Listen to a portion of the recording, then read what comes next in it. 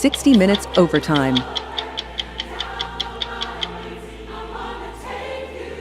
Mr. President, you just negotiated this one-year trade deal with China. But as you know, the Chinese, they think in 100 years. Sure. They play the long game, including on our own soil. We play the long game, too. Our own intelligence agencies say the Chinese have infiltrated parts of the American power grid and our water systems. They steal American intellectual property and Americans' personal information. They bought American farmland. How big of a threat is China? It's like everybody else. We're a threat to them, too. Many of the things that you say, we do to them.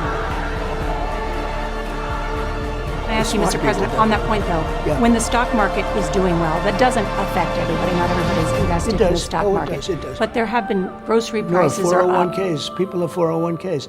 Their 401ks are double what they were a year ago. But for people that don't have 401ks or are not invested in the stock market, but they've seen their grocery prices go up, inflation. No, you're wrong. They went up under Biden. Right now, they're going down. Other than beef, which we're working on, which we can solve very quickly.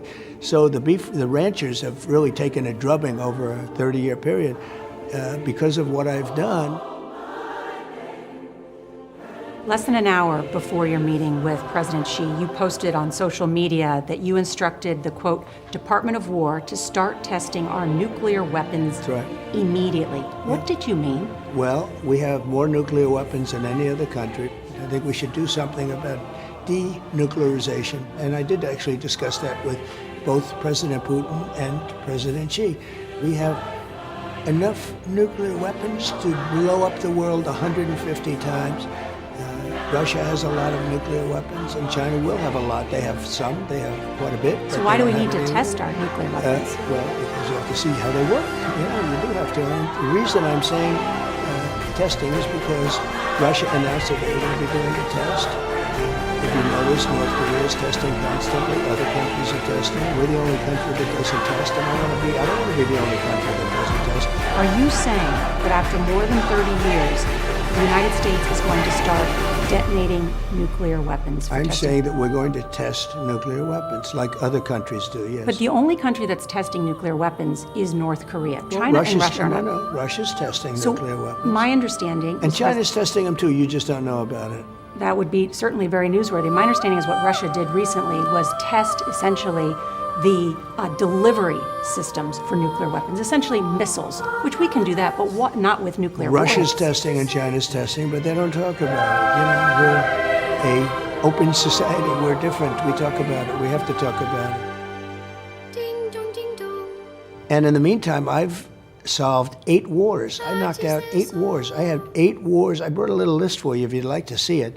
But I took 8 wars and stopped during an 8-month period. During 8 months, before the 9th month, I stopped 8 wars. The only one I haven't been successful yet in, and that'll happen, is Russia-Ukraine, which I thought actually would be the easiest one because I have a very good relationship with President Putin.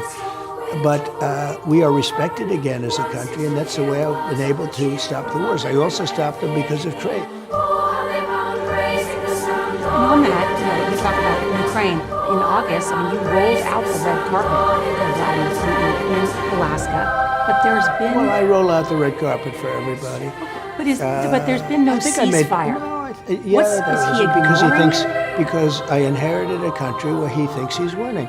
That was a war that would have never happened if I was president. So why won't Putin end this war?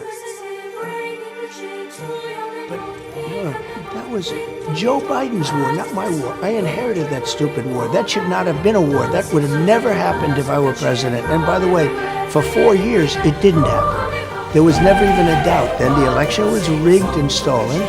And all of a sudden, you see them forming up at the line. And now I come back, and I'm going to get that one solved too. But just a little list of look at this, wars. How many did I solve? Cambodia, this is Cambodia, Thailand. Kosovo, Serbia. Congo, the Congo, and Rwanda. Pakistan and India, that was going to be a beauty. They shot down 7 planes. Israel and Iran, you've heard about that one? Egypt and Ethiopia, that's another beauty. Ethiopia built a big dam where there's no water going to the Nile. Armenia and Azerbaijan. And if you take a look, Israel and Hamas, which is a rough little situation, but it's going to be. I do want to talk about, you have branded yourself the peace president. Well, I think I did pretty good. I solved, those are 8 of the 9 wars I solved. And you know how I solved them? I said, in many cases, in 60%, I said, if you don't stop fighting, I'm putting tariffs on both of your countries and you're not going to be able to do business with the United States. Why isn't that working with Putin? We will talk about immigration in a moment, but I just want to talk about the scale of the military operation around Venezuela, because it has been described to 60 Minutes as using a blowtorch to cook an egg.